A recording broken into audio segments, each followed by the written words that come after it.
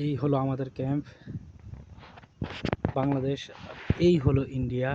BSF camp একটু একটু বোঝা যাচ্ছে, এটা বিএসএফ ক্যাম্প, এটা ইন্ডিয়া, আর এটা আমাদের বাংলাদেশ। এই হলো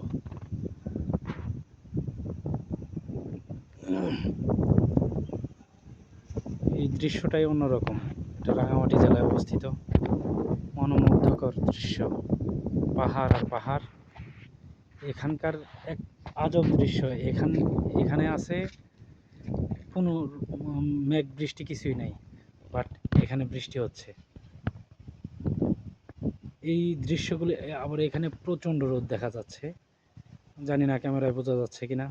এখানে প্রচণ্ড রোদ, এখানে বৃষ্টি, এখানে স্বাভাবিক, এদিকেও স্বাভাবিক।